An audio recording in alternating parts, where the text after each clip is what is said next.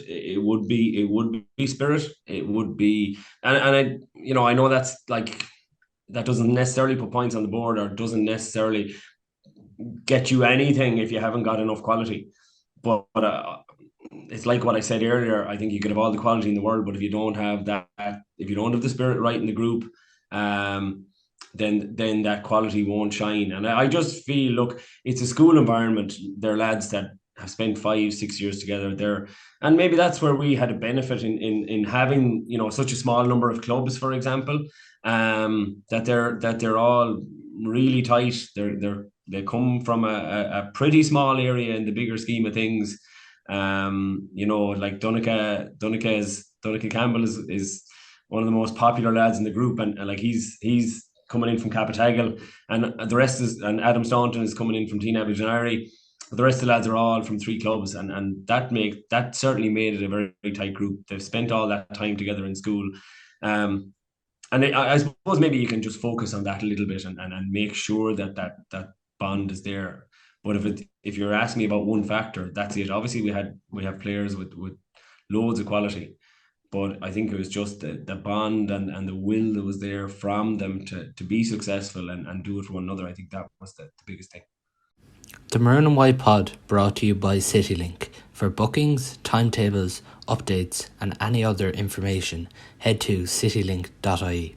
You're welcome along to the Maroon White Pod. I'm delighted to be joined by St. Raphael's hurling manager, Franny Forde, where we're going to look back on St. Raphael's journey throughout the year, where they ultimately just came up short in the Croke Cup final against St. Kieran's, but an unbelievable achievement to get there. It's a few weeks, Franny, since it's passed. Have you been able to think about the journey and the achievement in itself of, I suppose, what you produced throughout the year? Yeah, I have. In fairness, I suppose you look back over the whole thing, and we started out on the 4th of September. It's a long time ago now when you think about it. So it's a big chunk of time that I suppose we spent with the group of players. First of all, like, it's probably longer than, in many ways, than some of them would get for their club season. So if you think about clubs just kicking off now, and when we got back to school, a lot of them were actually finished, like that. They're if they got knocked out of the minor championship or whatever early, their year was pretty much done. The county squads were pretty much finished at that stage as well. Obviously, all the 15, 16s, all those squads were finished. So, just looking back at that's been a big thing. That the amount of time, the amount of sessions we got done with them, like, it is a chunk of work. But just on the bigger scheme of things, I suppose we'll come back to it maybe later on. But in terms of that player development piece, it is a huge part of their hurling year and their hurling lives, I suppose. But looking back on it, yeah, I suppose we set out with the objective of, first of all, we knew we'd have work to do to get to the Connacht final. And we knew then that, just going back over the last couple of years, there hasn't been much between ourselves and the Prez. And honestly, that was obviously our primary target, to get to that final and see could we get over the line this year, because we'd come up short last year. And obviously got that done, and I suppose what happened after that then became a real bonus. Just a couple of years ago, you won a B title against Claregoa, and obviously there's none of those players were involved back then. But for yourself, when you consider where the schools went from winning a B a couple of years ago to now in an A, that just must, when you look at all of that in an overall context.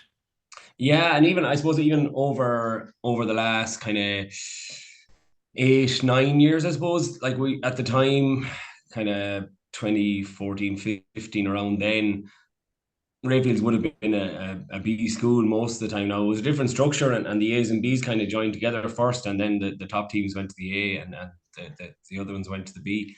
But at the time, it's funny, we had the likes of, Kevin Cooney and Darren Morrissey on the team that time, and we actually won a B.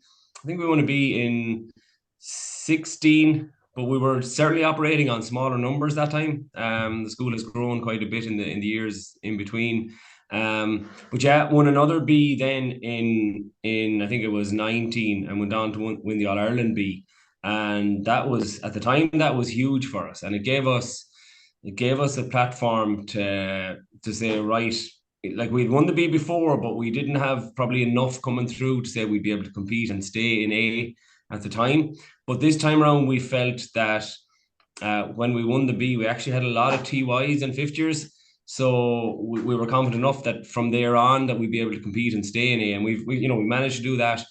I think the winning the B All Ireland gave us a great platform, and it gave us great confidence. And then, as it turned out, the following year we actually won the Connacht A in 2020, and unfortunately that was the one that COVID put an end to, because that was a team that, and I would still say it was a team that we felt was ready to go places. And you could go through the names like the likes of Alex Kinnear, John Cooney. I'm going to leave some out now, but Shane Morgan, these lads were all on that squad, Adam Nolan. We felt we had a really strong group.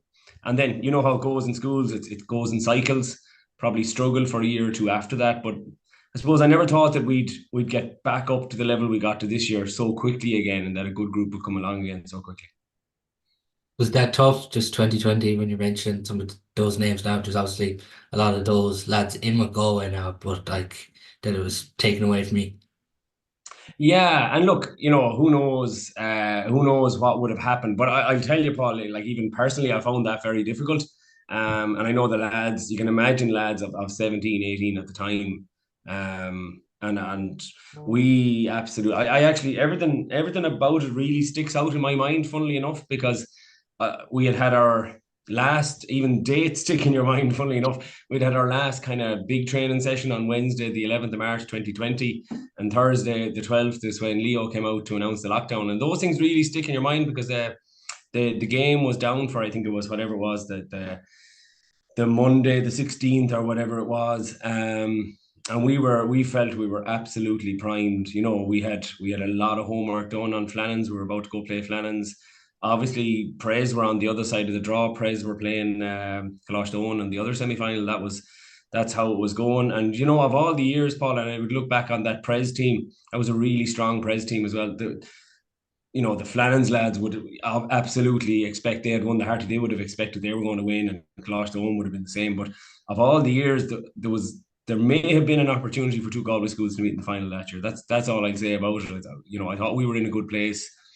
Prez had gotten over the fact that we had beaten them in the Connacht final. They'd won their quarter final, so they were going to be, certainly if they got us in the final again, I'd say they'd have been gunning for us. You know what I mean? So it was such a shame, and it certainly had an impact. Had an impact on all of us, being honest with you, Paul. And from a school point of view, as I said to you, I suppose we felt that was a massive opportunity had been taken away. It wasn't one that we had missed. It was an opportunity that had been taken away. And you're kind of saying to yourself, God, we'll probably never have a group like that again, So, but that's what made this year in many ways so satisfying, that a group came along and you could actually see them, grow through the year, and their performances got better and better. And even though we didn't win the final, I would have to say that our performance in the final against the opposition we faced was probably our best performance, in that we left absolutely everything out there. If I just take you back to the start of this year, the 4th September, you mentioned there you met. Is it just with schools hurling in general, when kind of at the start of the year, that you have a group that they're all there at once, and that there's something achievable? Did you feel that straight away when you, I suppose, kind of put your squad together? Yeah, well, we would have felt it because we had been so competitive with Prez last year, and look, they beat us by 2 or 3 points in the end. But we really performed well, and we had probably the bones of that group were still with us, in that they had been in fifth year, or maybe even TY the year before. We had also won the junior last year, and had won that pretty well, and had played really well. So we knew there was a good group there. I suppose the question was whether we'd have enough balance, and whether enough lads would really step up, so that we'd have those 19, 20 players that you need, and that you can put into that environment, which is it is a very high level. So we felt the group was going to be there. We set about it, and we played a couple of matches. I remember we played Ardscoil Reach. Now, to be fair, we were down a good few players at the time, but they gave us a good hiding now in a challenge match, and that was an eye opener. And it was then you have to decide, well, if we're going to do this, we've really got to go to work. And to be fair, we really did. We had done a few weeks training, and then some lads were kind of very busy. The likes of Paddy McCarthy was still playing senior with Sarsfields, and obviously they went all the way to the semi-final, and trying to get that balance right. So when all the kind of club stuff was completely over, then we actually gave them a break for a good 2.5, 3 weeks, a complete break. Because I just feel, even from a player's point of view, psychologically, every way, I think there's a period in the year where you absolutely have to get a full break and just stay away from the pitch and just switch off. And we did that. And then from kind of mid-November, we decided, once we went back in mid-November, we trained in school usually Wednesdays and Fridays, and then we trained on Sundays. And you'd say for a school team to train on Sundays, it's a big commitment, and it is a big commitment, but it just gives you that bit more time. So that's kind of how it went from mid-November on. It was right through Christmas. I think we trained, like, they had 2 weeks off school. I think we trained 7 times or something like that over Christmas. So you were really making a count, putting in the time. The lads were putting in the time and the effort. And I suppose ultimately it did pay off. I know we didn't bring home the All-Ireland, but certainly I think individual players, and I look at from a school point of view, Paul, you always feel that, okay, families send their kids to the school or whatever, and clubs have put a lot of time into those players up to that age or whatever. And one of the responsibilities we always feel we have is that you're handing back players to their clubs, but you're hoping you're handing them back as better players because they've been exposed to, a good level of training and good quality matches, and that, as a result of that they will improve. And, whatever about the coaching side and all that, like, if they're getting games at a pretty high level, the game will teach them more than any coach, is the way I would approach it. And when they're getting that exposure, they will become better players. I know last year when you reached the All-Ireland series, you were down a lot of bodies, but do you think that kind of stood to your squad this year, that they got that experience last year? I think so, and I would even go back. So the 2021, obviously that got cancelled, and then in 2021 there actually was no championship, and if anything, 2021 could have been our strongest team, because actually a lot of the 2020 team were still there in 21. But look, it wasn't to be, and again that was hugely disappointing. Number one, for the players themselves, but we came back then, and then obviously everything was back to normal and resumed in 2022. The 2022 championship for us 2 years ago was something like what happened in the All-Ireland series last year. We took, I think we played Gort in the semi-final, and we got a hiding, being honest. But we were very, very young. Colin Killeen was playing on that. He was in third year. We had a number of third years playing, because, as I said, it goes in cycles, and we just didn't have a huge number of leaving certs that year. So we had a very young team. And honestly, Paul, we had to take a few on the chin. Like, we had a number of third years playing, when I think back on it. We kind of had to take a few defeats like that on the chin. And then last year, yeah, we went to the All-Ireland series, and I always felt that would be a good experience for us, albeit that we were young, and albeit that we went into it. I won't say it, well, it was seriously depleted because the quality of the players were missing, right? So we're missing Oscar Gorman, Colin Killeen, and Vince Morgan, and like, they're absolutely 3 key players for us. But we had to take a really tough defeat on the chin against Kieran's, who were as powerful and as strong as they were this year. But at the same time, if you're willing to take that and realize that that's the level you've got to get to, well, now you know the standard that you have to try and aspire to getting up to. And I suppose somewhere in the back of your mind, not that we dwelt on it too much, but somewhere in the back of your mind, that there's a seed planted that if we get as far as those lads again, that is Kieran's, that we're not going to roll over. It does plant that little seed, and you kind of, sometimes you just leave that seed there, and and you draw on it when the time comes, and that was probably part of our thought process in the lead up to the final, to be honest with you. Yeah. So to start the year, you obviously mentioned that heavy defeat to Kieran's, but to the start of this year, did you mention the Croke Cup? Was that referenced, or was it firmly? It was referenced. It was referenced, but only referenced. It wasn't. Being honest with you, it wasn't the target. It wasn't the target.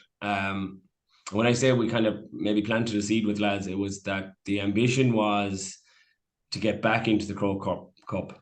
But this time it was very much the ambition to get back in there as Connacht champions. And that if we were in that position, that number one, we'd be ready for it mentally and physically and every other way. And then number two, that when we got those opportunities, that we'd leave everything on the field. I suppose that was it. It wasn't that we were going to win the thing, because the challenge there is huge. You know what I mean? And you've seen the level you have to get to, and even going through the numbers in terms of what Kieran's have, numbers wise and ability wise. It's a huge challenge for all schools, and there's a broader picture there. I don't know whether we'll get into it or not, but I suppose in terms of Leinster schools hurling, whatever about All Ireland, definitely in terms of Leinster schools hurling, like Kieran's are nearly the elephant in the room, because they're kind of burying everyone else in Leinster, and I'm not sure that's good. But look, that's not Kieran's fault. It's their job to be the best they can be. It's just I would imagine if you're in a Leinster school who are playing A every year, Particularly when how do there's a you lot keep? of combined skills as well. Yeah, yeah. I mean, the combined have had some element. I mean, Offaly did well last year and beat Kieran's in the Leinster final. But as an individual school, which and a Leinster title would be huge for an individual school, there's so many of those, and deep down they have to know that they're going out in Leinster championship every year, and really they haven't got a chance. And that's for a competition that's not great. And as I said, that's not Kieran's fault. I don't know there's probably no solution to it, but it is what it is, I guess. Just as well, this this year the Connacht Championship, there's a special rivalry there now with Athenry that's really kind of brewed over the last few years, and in one sense, they all know each other from obviously them all playing with county development squads. You come up against Cathal Moore, your own clubman. What's Mm. the dynamic like with that rivalry between yourselves and Athenry over the last few years? Um, I suppose, look, the bottom line is that, as you know, the young lads now, I mean, they play with one another on county teams. They know each other inside out. And what I would say, and it's not about Cahill in particular. It's about school managements as a general rule. When you go and you take a team, and whether you're playing Gart or Clare Galway or St. Bridget's or Athenry, whoever it might be, generally speaking, between teachers on the sideline, I know it's not always the case, but generally speaking, there's huge respect there. And I think teachers who take teams like that on a voluntary basis, it's generally, they are doing it for absolutely all the right reasons, and that respect is there. I found that even very notable with the Kieran's lads before and after the game. Like there was massive respect on the sideline. We didn't have it in every game, Paul, but generally we had a few battles with the Nina lads in the semi final. But generally there's massive respect there, and I think between the players, of course they want to get the better of one another, and there is probably that element of rivalry. But that type of rivalry is really healthy. I think it drives the performance levels. I think, if you want to look ahead to the future, I think, Prez, I certainly would expect Prez to be very strong next year, and now they'll probably have that extra little bit of motivation, and that's good. And if being totally honest, like, we didn't get over the line, but if if if that bit of rivalry, for example, next year makes the Prez 3 or 4 points a better team, and if ultimately that gets them over the line in terms of a Croke Cup, or down the line, if it were to happen for us again or any of the other Galway schools, like, wouldn't that be brilliant? Like, definitely the higher the level is between the groups in Connacht, obviously the better chance we have when we go outside Connacht. And I think that's something that collectively, as a county, we just need to keep pushing. There are reasons why we've only won it once, and I think that the distribution of players within Galway, like, there's so many good players going to so many schools. It's not like that, as we've talked about in Kilkenny. It's not like that so many of the stronger players are all going to Kieran's. It's more evenly distributed in Galway. But if we can keep rising the level at schools, it can only be good for the county. Yeah, and as you mentioned, you bet Athenry in that final, a great game. You referenced that your aim was to go into the All-Ireland series as Connacht champions. When you win that Connacht final, even from hearing a couple of the interviews, there was really a sense of relief, even for yourself and the players that day. Yeah, there was. Yeah, it was. I look at. I wouldn't say the game itself, the kind of final was a classic. What it was two teams who knew one another inside out, and sometimes in that type of scenario, you get a more cagey affair, and that's it was for both of us. We were probably guilty of maybe doing a little bit too much on nullifying the opposition rather than playing maybe more open hurling. And also look, you know, final now over the last few years has been played in Ballinasloe. Ballinasloe like is a tighter pitch, and it lends itself to that kind of game. But but the big thing I think for us coming out of that was the fact that it went down to the wire. And look, they had a goal chance and it could have gone the other way. But still, when you do things as you had planned on doing them, particularly in that second half, and it works out for you, lads get a massive boost out of that. So I would say for the players nearly quicker than ourselves, I think attention turned to the Croke Cup pretty quickly. It was a bit of a bonus that that doesn't always work because it alternates from year to year. But this year it meant we were straight to the semi final, and we had a month to get ready. And that, Vince Morgan had got injured, and that gave him the time to be ready for a semi final. It gave us time to kind of reset. The lads that were with the county squads, they could put a little bit of time in there and kind of tick that box from lads wanting to make obviously county squads and want to make teams for championships that are kicking off shortly. So it gave them time to go back with the county and then still be back and do a little bit with us in terms of prepping for Nina. So that was having that month there was really useful, and it meant we could get a block of work done with our lads as well. The county squads, I do have to ask you, is that a challenge? It depends how you approach it. It's a challenge that I like because I generally have absolutely no problem with lads not training with us because they're training with the county squad. And there's obviously a time when, in the build up to the game where you're looking at the more tactical stuff and so on, that you really do need to have them. But generally speaking, if they're going in training with the county under 20 squad with Fergal or the county minors with Kenneth, and I would totally trust that they're getting a high level of training. So it's almost like, well, I don't need to worry about them training in school until it comes to the tactical side of it.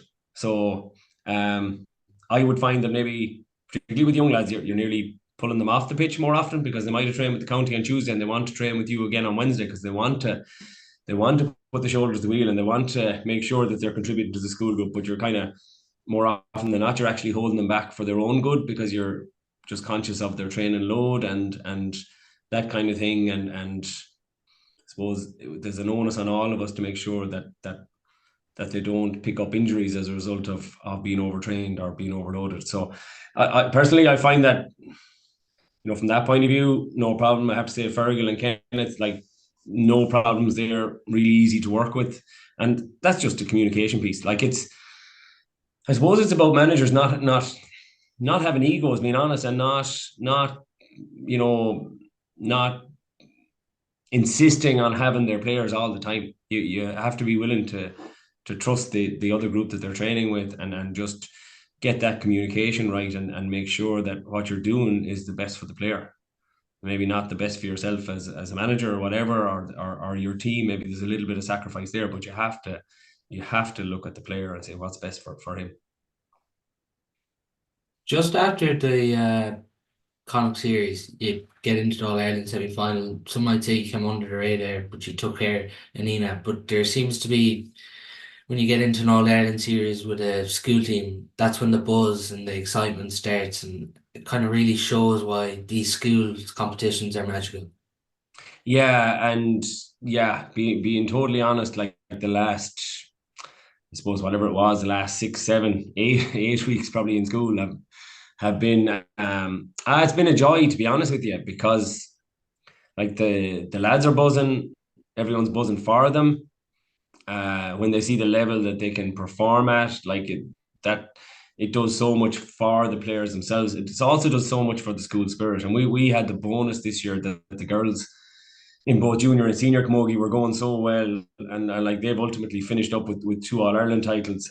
So you can imagine, the atmosphere around school was exceptional this year, and it lends itself.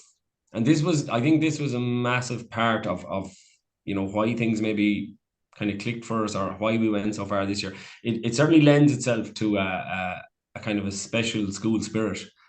And like you don't always get that, and I know you don't get it in every school or whatever, but we felt that there was a really good spirit in the school and in the group. And it doesn't necessarily put points on the board for you, but when times get tough in the game, and you have that real collective sense of where you're going and what you want to do, and you're kind of have that one mind mentality. It is a big help. It is a big help when the going gets tough in games. And like, you go back over the years, and Brian Cody's interviewed after a big game, first thing he'll always reference is spirit. And if the team spirit is right, you can talk about all the tactics in the world or game plans or whatever, but if you haven't got that sense of spirit right going out onto the pitch, the rest of the stuff isn't really going to matter, in my opinion, anyway. Was it hard after that victory over Nina, because there's excitement, but you're dealing with young fellas here. Some have experienced at county, some others haven't. You're going to Croke Park, you're going on Paddy's Day. You obviously have to try and calm things down a bit. There's everyone running onto the pitch. I'm sure it's chaos after that All Ireland semi final. But was that hard for you? I'm going to say no, not really. The last couple of minutes against Nina and the aftermath, where you're right in saying that it was absolute chaos. And I suppose even on the sideline, because there had been so much going on the sideline in that second half, and you're trying to keep your own composure, you're trying to keep your team composed, and maybe not get distracted. The way the game had gone, funnily enough, even in the last few minutes, I certainly, and I know it's easy to say it now, but I had great faith in our lads getting the job done. I thought it was going to be a draw. I actually, honestly, I thought he would blow it up when we got the equaliser, but he ended up, and that could have gone either way. But we definitely had the momentum at that stage. We had managed to snatch back the momentum, having gone through a period where it was very, very stop start for a 15-minute period there in the middle of the second half. But yeah, it was, as you said, absolute chaos, and all that goes with that, all the joy and all the emotion that goes with actually getting over the line, and the realization that you're in the All-Ireland final. But where it became easy is when we got them back into the dressing room, and obviously the result from the other game had come through. I suppose there's nothing like Kieran's to refocus the mind, because I think even if it had been Ard Reach, because they had beaten us in a challenge match, we knew that was going to be a big challenge. But when you're going to the Ireland and immediately we've had a super win here, but what's ahead of us now is an absolutely massive challenge. I think that makes it easier to get lads back on the ground. It's not as if we were going to be going in as favourites. We were very much going to be going in as the underdog. But nearly before we left that dressing room that evening, we had nearly got the mindset right. And not that we had to do any work, but it was we've overcome one challenge. Now we've got the biggest challenge of all to face. And even I'd have to say the lads themselves, and this is where the year and the experience maybe of the previous year and all of that, you see, we look back at the previous year and we said, well, we were down players. And we found it difficult to compete, and ultimately we were beaten by 21 points or whatever it was. But if you're a player on the pitch, their attitude was, no, we got distracted by being in the All-Ireland series and we didn't perform. And that's it was actually Shane Murray kind of said that to me. Shane's our goalie and has that bit of inter-county experience, and that was his take on it, that we didn't play to our level last year. And I thought that was absolutely brilliant, because it meant that That's really like great to straight hear away. from such Yeah, a from a young young fella fella, too. I thought it was outstanding, and that probably reflected the maturity that was in the group, which you don't always get because we were very conscious that like lads could go to Croke Park. It's a very exciting proposition. They could absolutely get carried away by that and not perform at all. Mm. But it was actually the other way around. They were very focused on performance. The stuff that goes with the All Ireland final. Yes, we mentioned it, but we didn't even have to. The stuff like getting gear and all the external stuff, I suppose, we would have covered that a few times, but I don't think we really needed it. Like their heads were really well screwed on, and they were absolutely determined to put in a performance. When you're there before the game and you're kind of walking the pitch before the game even gets started, you look up in the stand, you see Raphael colours, a lot of these you teach. Does it hit you how special it is then? Um, I suppose it does, in fairness, and you do have to. Of course, you're focused on making sure that everything is right, and I suppose as from the management point of view, myself and Ronan we'd be chatting all the time, and you'd be trying to make sure you've kind of all the boxes ticked and making sure that at the end of the day that we have lads that are going to perform. But yeah, when you're walking the pitch and you look up and you see all the red and white, and the red and white I suppose really stands out as well. Like that it is huge, yeah, it is because look, at the end of the day, it's our little school, or it's our group that you wouldn't. I don't think many would have expected us. If you go countrywide, would have expected we'd be in the Croke Cup final at the very start of the year, but yet here we are, and you know, I suppose you're conscious maybe of families up in the stand. Like it's a massive day for a family.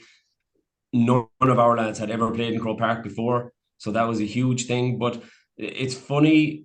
We were walking the pitch beforehand. I just felt they were really relaxed, and they were in a good place to go and play. And I suppose that's ultimately what happened. They went and performed really well. Have you watched back the final? Yeah, yeah. I watched it back on the Monday. Um, was there learning in watching it back? Look, you probably always look at. I know certainly when I look back at a match, I'd always be looking at, no matter how many things went right, you're always going to look at the one or two things that maybe we could have tried, or we could have changed maybe a little bit quicker. But I even like my initial reaction after the game, definitely there was huge pride in the way we had performed. I think it's fair to say, Paul, that we ran ourselves to an absolute Mm. standstill. You know what I mean? And where we were bringing on maybe younger lads, a couple of third years, they had definitely more seasoned campaigners, and that has been. The Kilkenny under 20 team was announced, or under 20 panel was announced last week, and I suppose the enormity of what we faced kind of hit home when you see the number of Kilkenny lads involved in the county squads at under 20 and under 19. It's absolutely outrageous. But you look back now, and there's huge pride that we didn't back an inch from that, and we put it up to them all the way, and with a small bit of luck. And I know they hit a lot of wides and stuff like that, but with a small bit of luck, we could have actually got over the line there. You know what I mean? So look, there's huge pride. There's obviously disappointment, and that'll linger. But when you see the enormity of the task and you look at the numbers that they have on those panels, that's certainly our lads can take pride in that, the way they performed. Do you think it's hard for some of these young players to take pride? Like you're obviously realizing Kieran's are like they're unbelievable. They'll obviously go down as the best club hurling school ever. But just for these young fellas, because for a lot of these young fellas, it's about winning when they're in a final, and maybe that's all they see when you can see the outside picture. Yeah, of course, and look, we have a lot of lads that have played minor for Galway. A lot of lads who played last year's minor All Ireland lost it. The lost a minor All Ireland semi final. These lads want to win something, and these are they're trying to get to the highest level possible. And I'm not sure as a player. So when you do look at those squads and like some of the numbers, so the Kilkenny 20s, as I said, was announced last week, and then you see that there's 10 of the Kieran's team are on the Kilkenny under 20s on the under 20 panel, and then the under 19. So there's an under 19 development league in Leinster this year, which obviously Galway are not included in, but it was actually something Kilkenny initiated. I think it's just Kilkenny, Wexford, Offaly, and Dublin, but there was a further 12 of the Kieran's lads on that. So you're talking about 22 lads. So that means you're a sub on your school team, but you're on a county under 19 or under 20 panel, and then there's two lads on the Leash under 20s team as well. So like when I say the scale of what we face, that just maybe gives you a flavour of it. If you're a player, I'm not sure that you necessarily look at that, because at the end of the day, whoever's put in front of you, you want to try and beat them, and that was absolutely the goal of our lads, you know. But you know, when you look back at that and you say, right, well, we ran those lads absolutely to the wire, and that's why I mentioned there earlier, when the game was over, I felt, you know, Kieran's, they obviously carried themselves with a lot of class at the end of the final whistle and all that, but definitely I felt there was a huge sense of respect.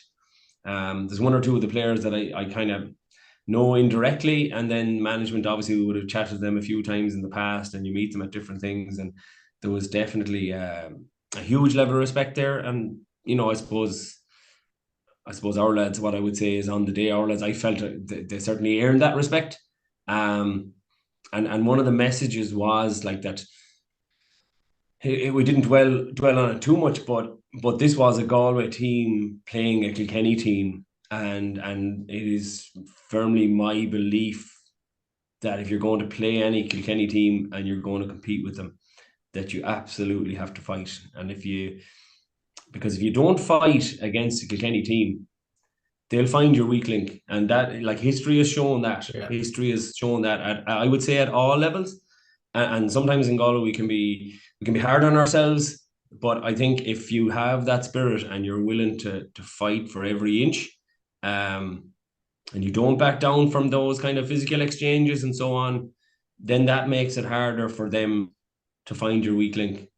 Or maybe the weak link is not there because you're all of that kind of collective mentality. And I would really feel, and I would defend the lads on this, like that we had that to the very end. We as I said, I felt we just ran ourselves to a standstill in the effort of competing with them, you know. Just if you're looking at the team overall, Paddy McCarthy had an unbelievable campaign for Sarsfields, Vince Morgan, Cullen Killeen, Oscar O'Gorman, these players, like they're generation talents really. What do you put the success down to now if you're to look at the year in a whole? Honestly, in one word, it would be spirit. It would be, and I know that's like, that doesn't necessarily put points on the board, or doesn't necessarily get you anything if you haven't got enough quality. But it's like what I said earlier. I think you could have all the quality in the world, but if you don't have that, if you don't have the spirit right in the group, then that quality won't shine. And I just feel, look, it's a school environment. They're lads that have spent 5-6 years together there, and maybe that's where we had a benefit in having, you know, such a small number of clubs, for example, that they're all really tight. They come from a pretty small area in the bigger scheme of things. You know, like Donncha Campbell is one of the most popular lads in the group, and like he's coming in from Capitagal, and the rest and Adam Staunton is coming in from Tina Abidjanari. The rest of the lads are all from 3 clubs, and that certainly made it a very, very tight group. They've spent all that time together in school, and I suppose maybe you can just focus on that a little bit and make sure that bond is there. But if you're asking me about one factor, that's it. Obviously, we have players with loads of quality, but I think it was just the bond and the will that was there from them to be successful and do it for one another. I think that was the biggest thing.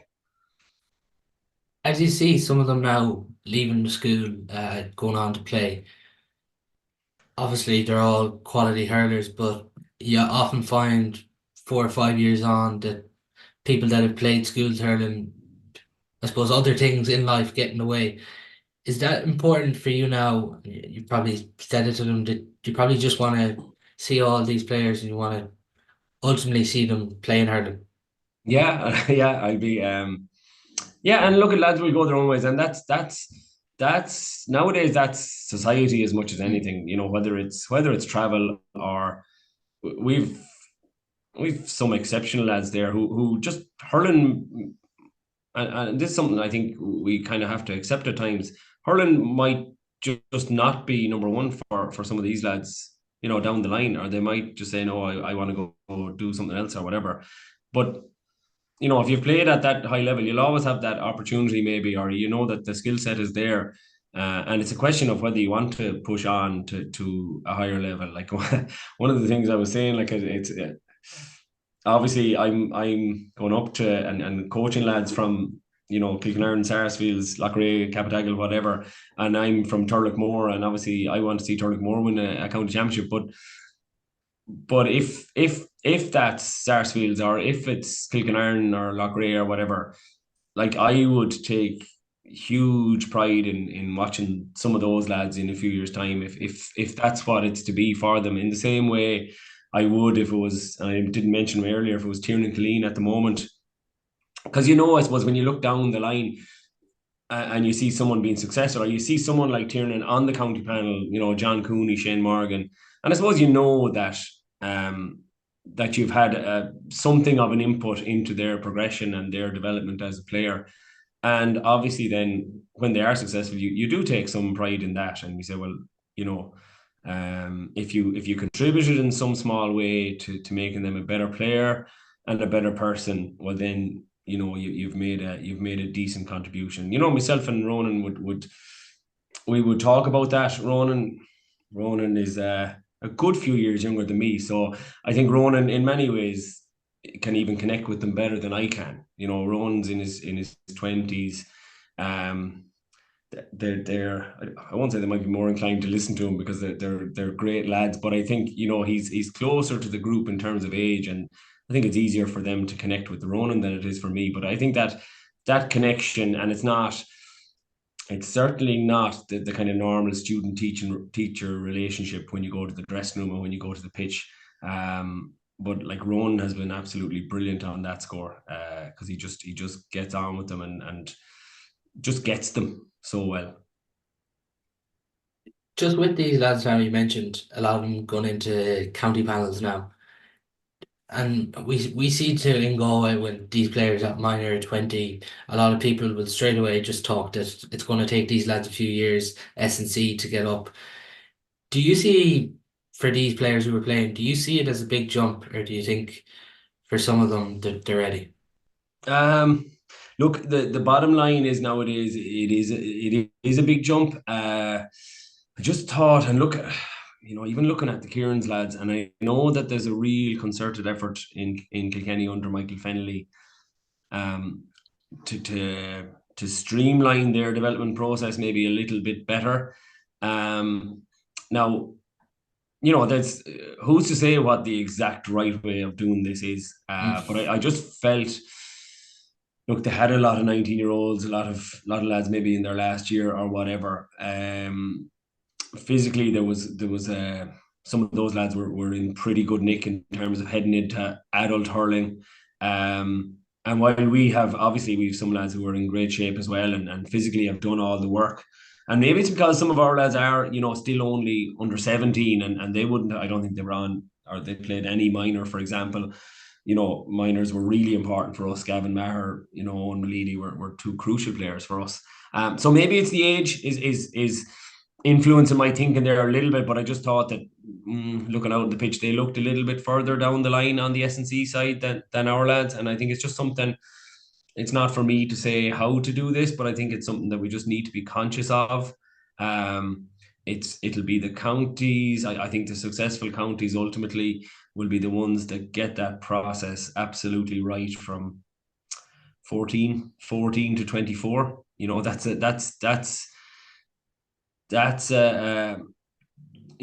10 years of players. That's a lot of players, and that's an awful lot of work.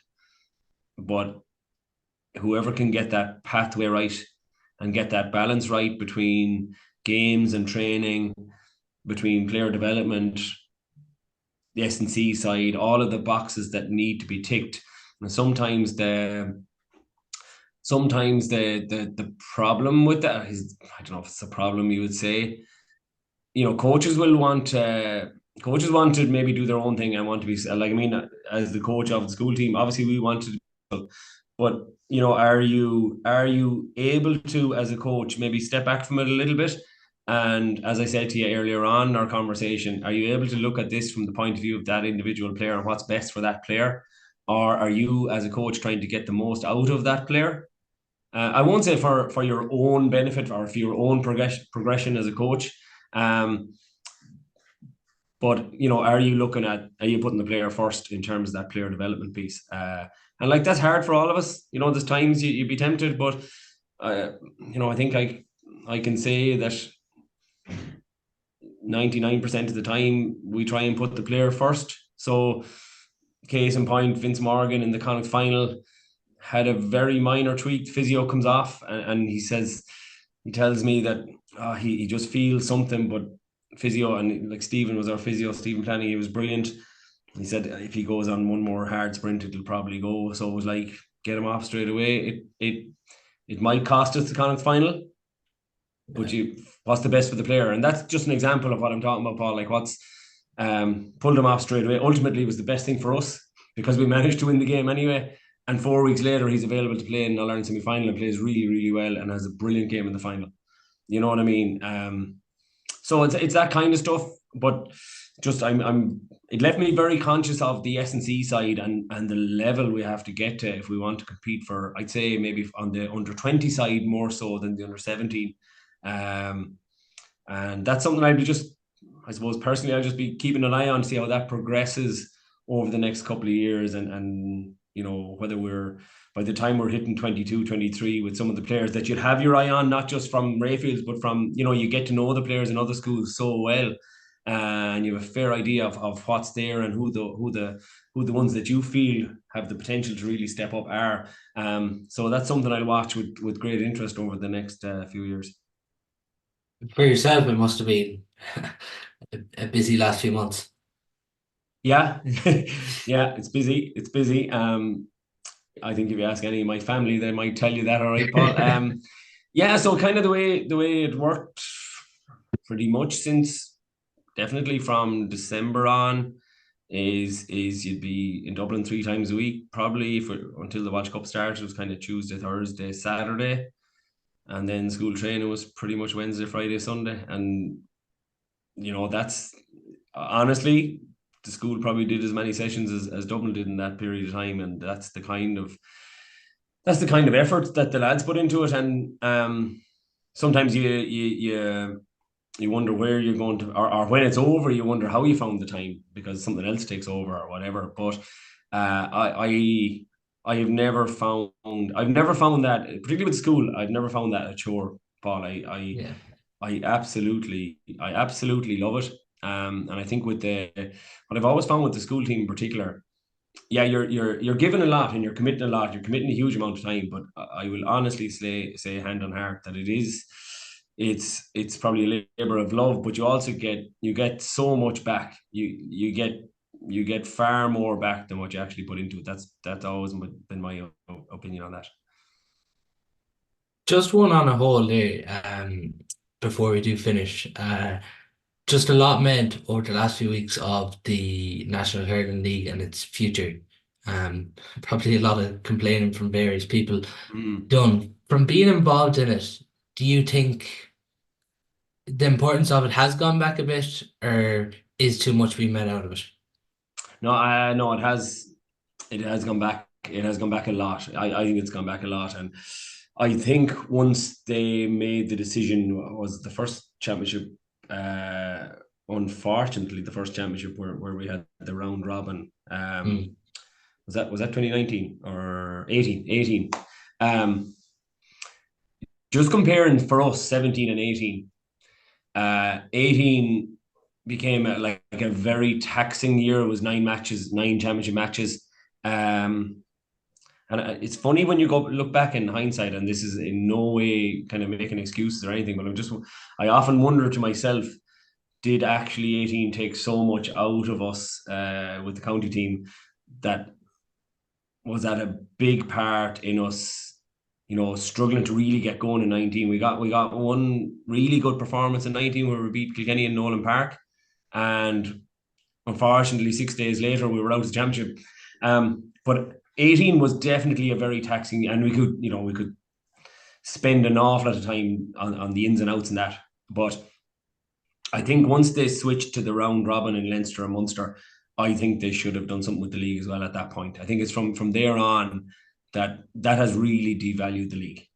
Now, if it was up to me, I would probably put I'd probably put you have the five Munster teams, and whether it's five or six or whatever from Leinster, I'd probably put them all into one block, and that starting, you could nearly get away with starting, instead of starting like we're starting now on the first weekend of February, which is very early for hurling in particular. Yeah. Pitches are in bad shape, and I'd say you definitely get away with starting on the 1st of March. And what I actually, the way I do it is that in the run of the year, you'd actually play all the other 10 teams, and there's no league final, whoever's top of the league, but that the Leinster teams would play all the Munster teams in all the first 5 rounds, and then the Leinster teams would play the Leinster teams, and that would double as your Leinster championship. So you could actually combine the whole thing into one.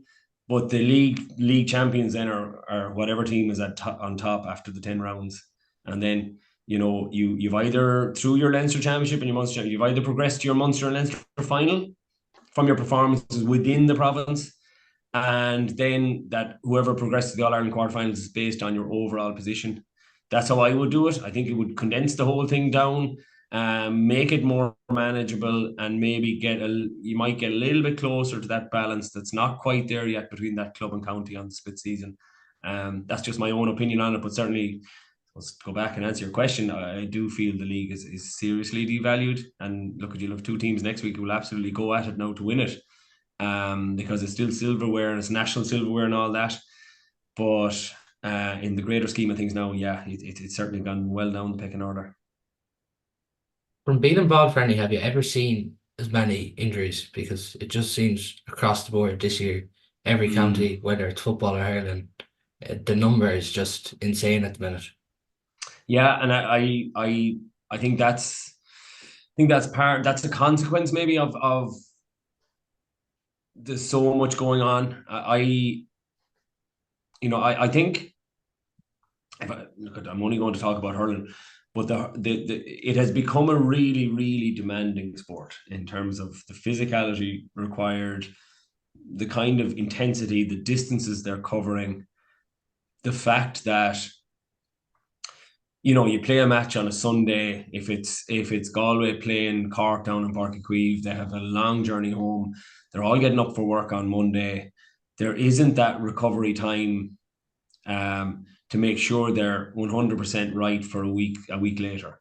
So I think what's happening is, in terms of our match structure, our competition structures and all of that, we are, as an organization, I think we're being very professional, and we're probably looking at professional sports, and we're saying, well, they can, like soccer players can play 60 games a season, but it's you don't see lads in soccer matches like hitting the physicality levels that we hit in hurling matches, for example. And you don't see that the same amount of physical. Yes, they're professional athletes, and they cover such ground in a soccer match, for example, or a rugby match, I suppose, where it is very physical, but they then have that time to recover and get ready for the following week, and their bodies can become conditioned to that. Our players are not getting that opportunity, so I suppose they're expected to be professional in absolutely everything they do, but they don't have that opportunity to recover and get themselves right to go again. And I think that's a big factor in terms of the number of injuries that lads pick up, and maybe the fact that some of the, particularly county players don't really get much of a break at all. There's no real off season for them, and I think that has to be a factor as well. Absolutely. Don't ask me Some for solutions on that one though, because I'm not qualified. That's all we do have time for on today's podcast. Franny, thanks a million for coming on. Not at all, Pat.